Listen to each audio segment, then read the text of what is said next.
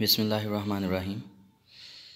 Second year के second online lecture से आज हम स्टार्ट करते हैं, जिसमें हम पढ़ेंगे कि कार्बोनाइल कंपाउंड जो हैं उनकी रिएक्टिविटी बेसिकली अवेलेबल होती है कार्बोनाइल ग्रुप की वजह से।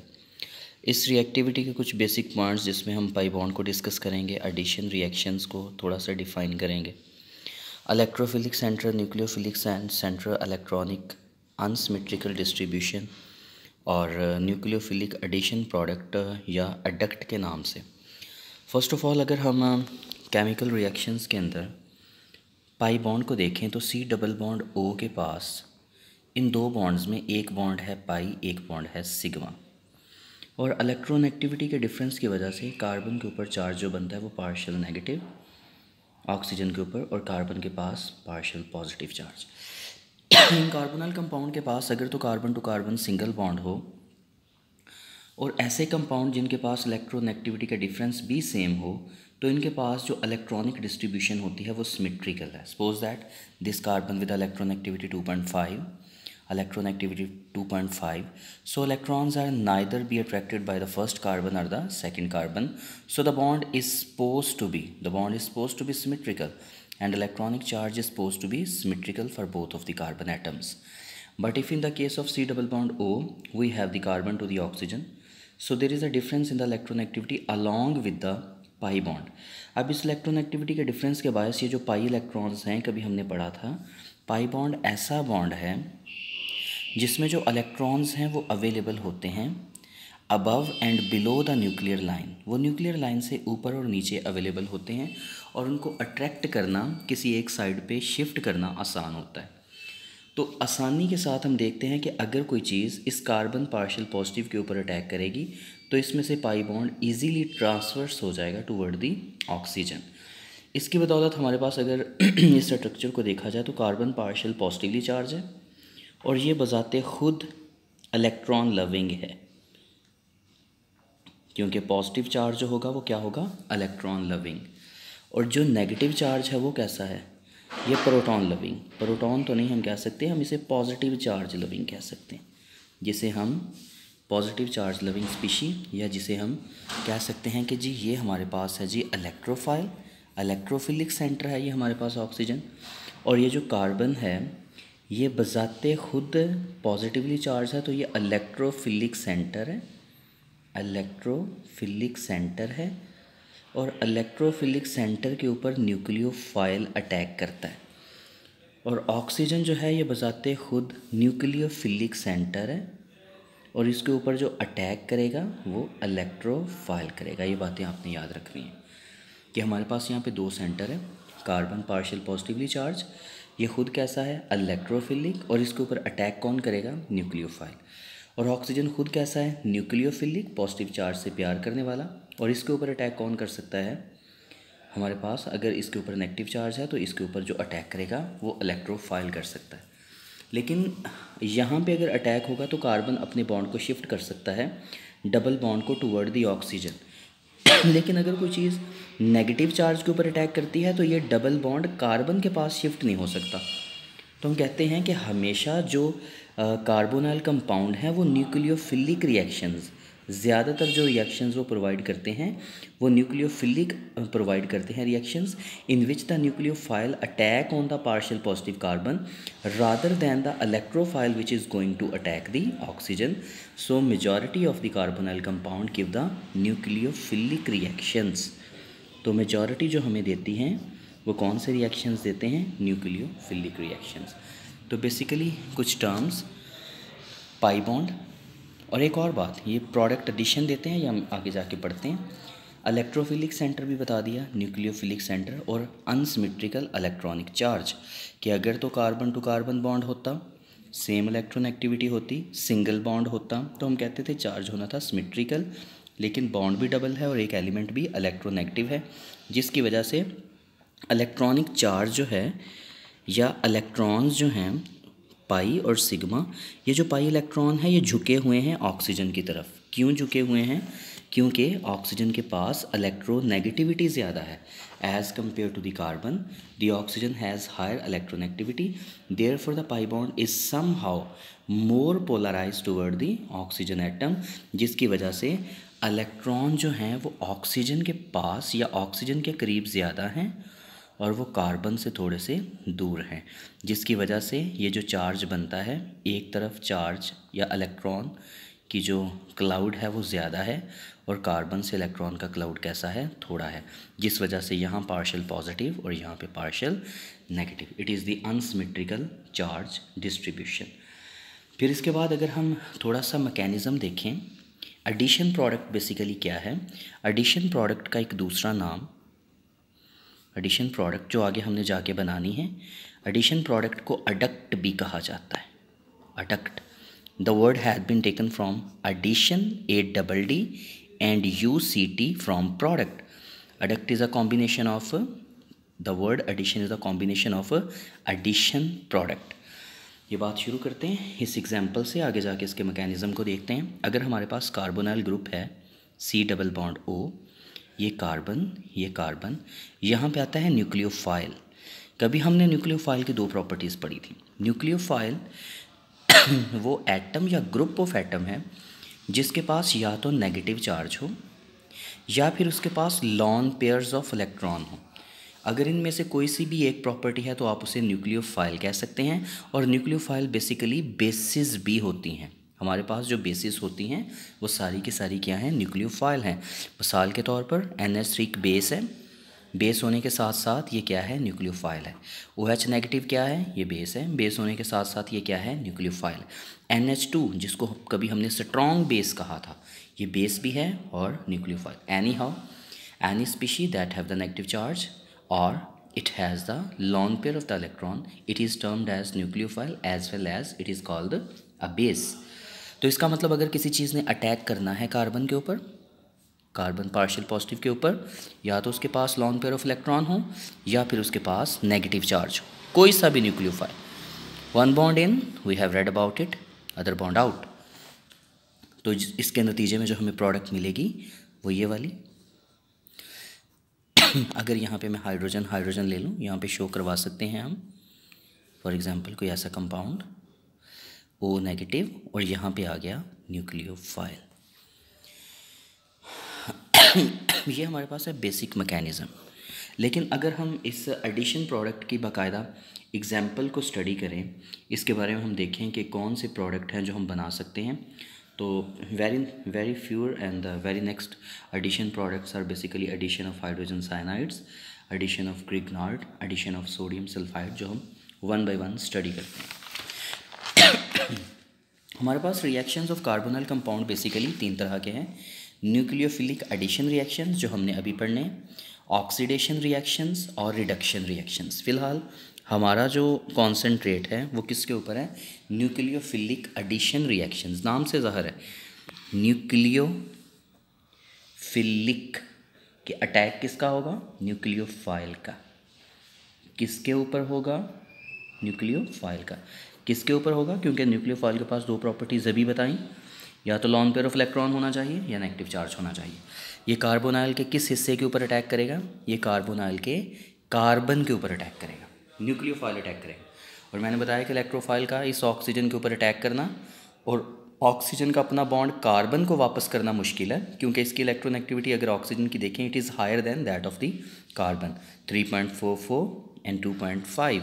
तो इलेक्ट्रोनेगेटिविटी जिस तरफ ज़्यादा हो बॉन्ड उसी तरफ शिफ्ट किया जाता है। ये बातें हम बहुत बार डिस्कस कर चुके हैं। चलिए हम शुरू करते हैं। न्यूक्लियोफिलिक एडिशन रिएक्शंस में हमारे पास दो बेसिक रिएक्शंस होते हैं, एक बेस कैटालाइज्ड है और एक हमारे पास एसिड कैटालाइज है। अब क्वेश्चन ये है कि सबसे पहले बेस कैटालाइज पढ़ेंगे, फिर बाद में एसिड कैटालाइज की एग्जांपल की तरफ आएंगे कि बेस कैटालाइज सबसे पहले रिएक्शन करवाना कैसे है। आपके पास बेस होनी चाहिए और जिसका रिएक्शन करवाना है वो चीज़ होनी चाहिए। अब बेस जनरेट क्या करवाएगी, न्यूक्लियोफाइल। क्यों, ये रीज़न हम पढ़ते हैं और मैकेनिज़्म देखें। हमारे पास बास स्पीशीज़ ऐसी हैं, लाइक हमारे पास है HCN, hydrogen cyanide. Hydrogen cyanide is a weak acid, ये है हमारे पास वीक एसिड। अगर कोई एसिड वीक है तो उसकी डिसोसिएशन भी वीक है। लोएस्ट डिसोसिएशन, वो पानी में डिसोसिएट कम होगा। अगर वो डिसोसिएट कम होगा तो ज़ाहिर सी बात है वो H पॉजिटिव और Cn नेगेटिव बहुत कम देगा। Cn नेगेटिव, नेगेटिव चार्ज है, नेगेटिव चार्ज का मतलब ये न्यूक्लियोफाइल भी है, नेगेटिव चार्ज का मतलब ये बेस भी है। हमने अटैक करवाना था बेस का, लेकिन बेस हमें मिल नहीं रही। क्यों नहीं मिल रही? क्योंकि जो हाइड्रोजन साइनाइड है ये वीक इलेक्ट्रोलाइट है, ये H पॉजिटिव और Cn नेगेटिव को अलग बहुत कम करता है और बेस हमें जो मिलती है वो बहुत कम मिलती है।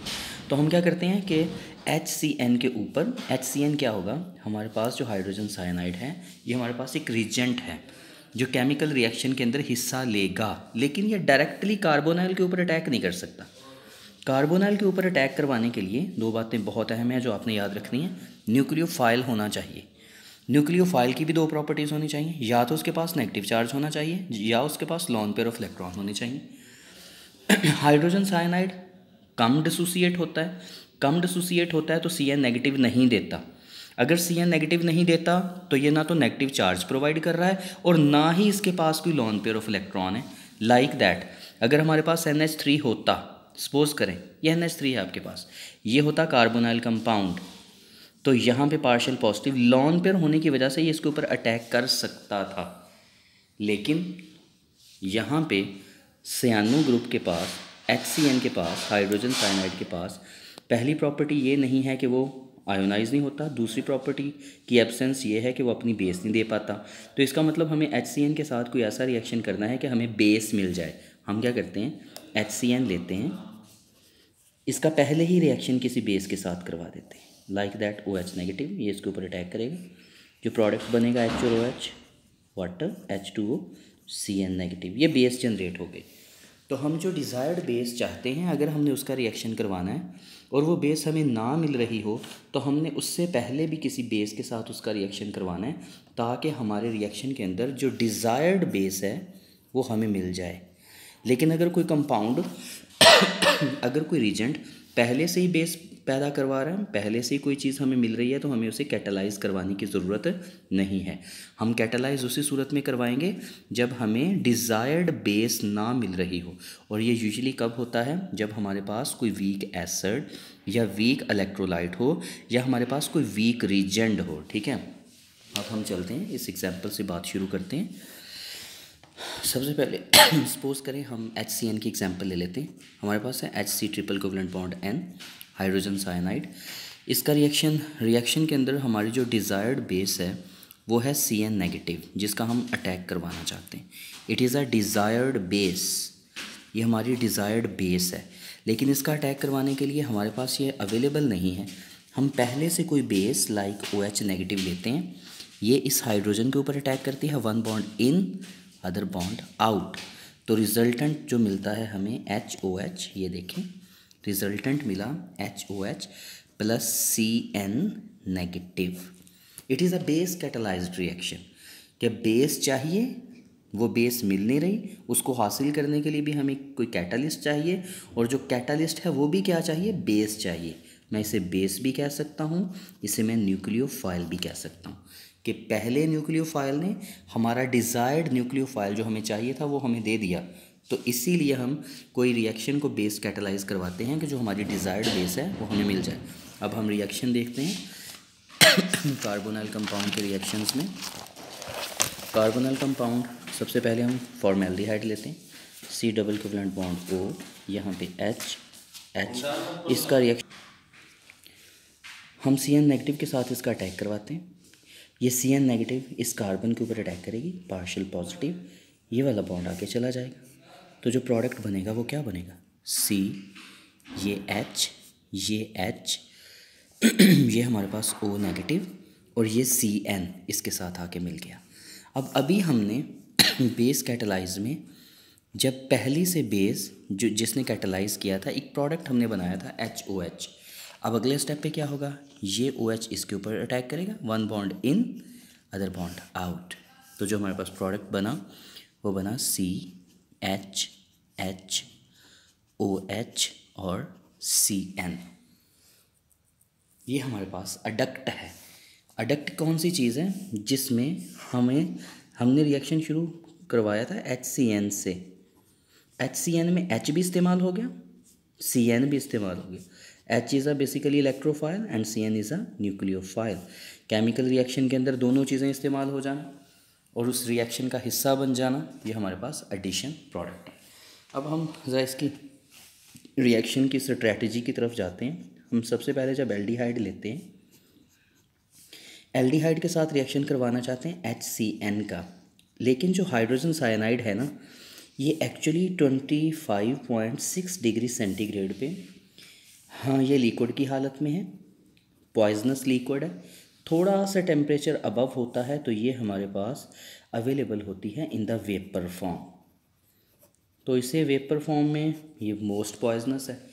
तो हमें HCN का अगर रिएक्शन किसी चीज़ के साथ करवाना है तो हम उसे सिस्टम के अंदर ही जनरेट करने की कोशिश करते हैं किसी केमिकल रिएक्शन के थ्रू। तो केमिकल रिएक्शन के थ्रू हम पहले HCN को जनरेट करना सीख लेते हैं।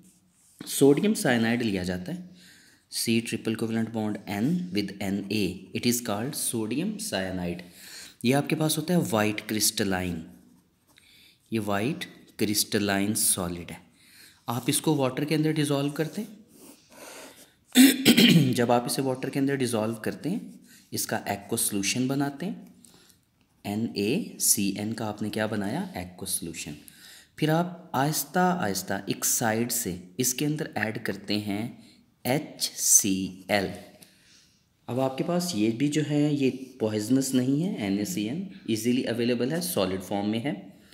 HCl एक्व सोल्यूशन ये भी अवेलेबल है। इन दोनों का रिएक्शन देखिए आप, NaCN जब आप रिएक्शन देखते हैं NaCN plus HCl, highly electropositive highly electronegative, ये बातें समझाई हुई हैं आपको NaCl।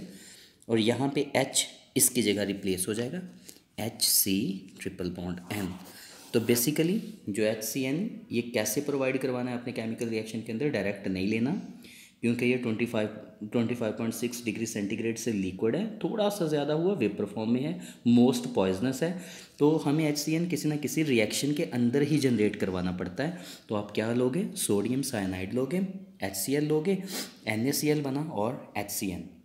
और जो बेसिकली HCN है ये किसने प्रोवाइड किया, NaCN ने और HCl ने। ठीक हो गया। अब हमने क्या किया हमें ये दोनों चीज़ें मिल गई। अब ये जो डिज़ाइन हमने करवाया है, कैसे करवाया, NaCN प्लस HCl, तो क्या मिल गया आपको, HC triple covalent bond N।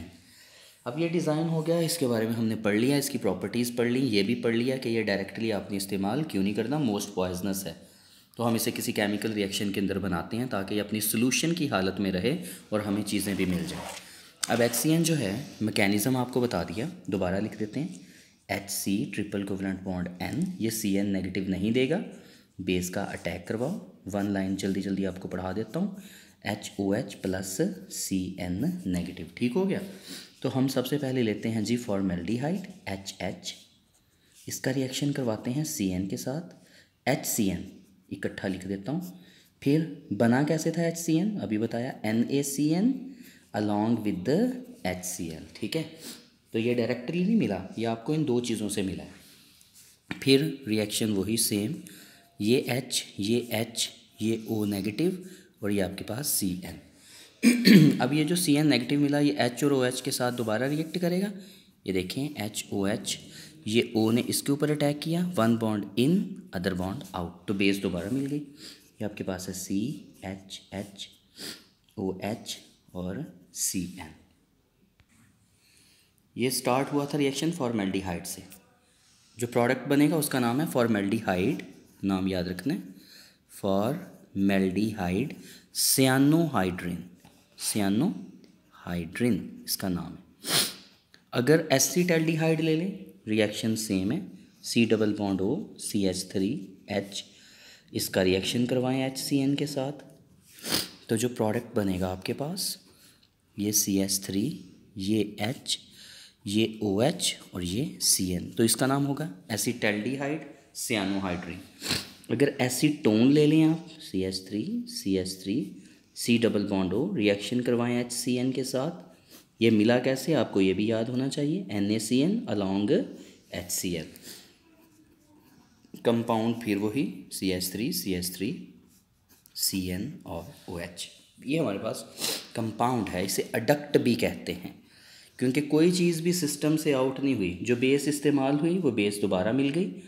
और रीजेंट कौन सी चीज़ है यहाँ पे, केमिकल रिएक्शन करवाने वाली HCN, H भी इस्तेमाल हो गया प्रोडक्ट के अंदर, CN भी इस्तेमाल हो गया। So the product is a adduct. ये सिंपल प्रोडक्ट नहीं है, इट इज़ अडक्ट। CN भी इस्तेमाल नज़र आ रहा है और H भी नज़र आ रहा है। अब ये रिएक्शन बहुत इंपॉर्टेंट है, इसकी इंपॉर्टेंस थोड़ी सी देख लेते हैं। रिएक्शन इंपॉर्टेंट क्यों है? ये रिएक्शन इंपॉर्टेंट है अमाइनो एसिड जनरेट करने के लिए। दिस रिएक्शन, ये गौर से सुनिएगा, this reaction is the most important to generate the amino acids. For example acetaldehyde लेते हैं, CH3 CH C double bond O, जो अभी मैंने रिएक्शन करवाया, इसका रिएक्शन करवाओ HCN के साथ। अभी आपने सीखा है ये NaCN अलॉन्ग HCl, तो जो प्रोडक्ट बना फिर वही, एक तरफ CH3, एक तरफ H, एक तरफ CN और एक तरफ OH। अगर हम इसे एक्सप्लोर करें और लीनियरली इसे राइट करें, लीनियरली लिखें इसे, तो हम इसे लिख सकते हैं CH3, ये देखें ये C, ये OH, ये H और ये C triple bond N। CN इकट्ठा भी लिखा जा सकता है। अमाइनो एसिड बनाने के लिए आप इसका रिएक्शन करवाते हैं H2SO4 के साथ। इसको करना है डाइल्यूट। H2SO4 को डाइल्यूट करने का मतलब इसके पास वाटर के मॉलिक्यूल्स भी अवेलेबल। जैसे ही आप डाइल्यूटेड मिनरल एसिड इस्तेमाल करते हैं, डाइल्यूटेड सल्फ्यूरिक एसिड इस्तेमाल करते हैं, तो क्या होता है, ये गौर से देखना है आपने, ये जो नाइट्रोजन है ना, ये कन्वर्ट हो जाता है NH4 में। डायरेक्टली सिखा रहा हूँ आपको। और ये वाला जो कार्बन है ना, ये डायरेक्टली कन्वर्ट होता है COOH में थ्रू द मैकेनिज्म। ये डिफरेंट है लेकिन आपने इसे सीखना है। This nitrogen is converted into NH4 and this carbon is hydrolysed to COOH। Hydrolyse हो गया, ऑक्सीडाइज हो गया, किस में, COOH में। And this nitrogen is converted into NH4। Product देखें आप क्या बनाएं, प्रोडक्ट बहुत ही आसान है, CH3 COH H COOH along with NH4 HSO4। Equation को बैलेंस करने के लिए आपको यहाँ 2 मोल पानी लेना पड़ेगा। तो ये हमारे पास क्या है, ये अल्फ़ा कार्बन है, ये COOH है, ये OH है, और ये हमारे पास CH3 है, और ये हमारे पास H है। इससे मज़ीद अमाइनो एसिड को जनरेट किया जा सकता है, लेकिन फ़िलहाल हम कार्बोक्सिलिक एसिड तक ही बात ख़त्म करते हैं। कार्बोक्सिलिक एसिड्स इससे जनरेट करवाए जा सकते हैं, alpha hydroxy carboxylic acids, alpha hydroxy carboxylic acids इससे जनरेट करवाए जा सकते हैं। मज़ीद आप इसमें यहाँ से अमाइनो एसिड फ़िलहाल हम काट देते हैं, ये मज़ीद केमिकल रिएक्शंस बताने हैं, इनको छोड़ देते हैं। हमारे सिलेबस में जो चीज़ अवेलेबल है वो कार्बोक्सिलिक एसिड तक है, तो हम यहीं तक बात ख़त्म करते हैं। आप क्या करवाओगे, इस कंपाउंड को मिनरल एसिड के साथ ट्रीट करवाओगे वाटर की मौजूदगी में, तो कौन से एसिड्स बनेंगे, अल्फ़ा हाइड्रोक्सी, क्योंकि हाइड्रोक्सल ग्रुप किस साइड पे है, अल्फ़ा कार्बन के ऊपर। So you can generate the alpha hydroxy. इसमें एक और बहुत अहम बात कि जहाँ से आपने बात शुरू की थी एसिटैल्डिहाइड से, उसमें थे 2 कार्बन। एसिटैल्डिहाइड का स्ट्रक्चर क्या है, C double bond O CH3 और H। एसिटैल्डिहाइड में थे 2 कार्बन, लेकिन जो अल्फ़ा हाइड्रोक्सी कार्बोक्सिलिक एसिड बने उसमें कार्बन है 3। तो जब आप एल्डिहाइड से कार्बोक्सिलिक एसिड बनाते हैं by the treatment of cyano group, the new carboxylic acid have 1 number of carbon atom greater than that of the compound which are going to be said as a starting material. जहाँ से आपने start किया उसमें 2 carbon, और जब carboxylic acid बने उसमें कितने कार्बन हैं आपके पास, 3 कार्बन है। लेकिन इसमें कहाँ से स्टेप में कौन सी चीज़ इन्वॉल्व होती है, इसमें हाइड्रोजन साइनाइड ज़रूर इन्वॉल्व होता है।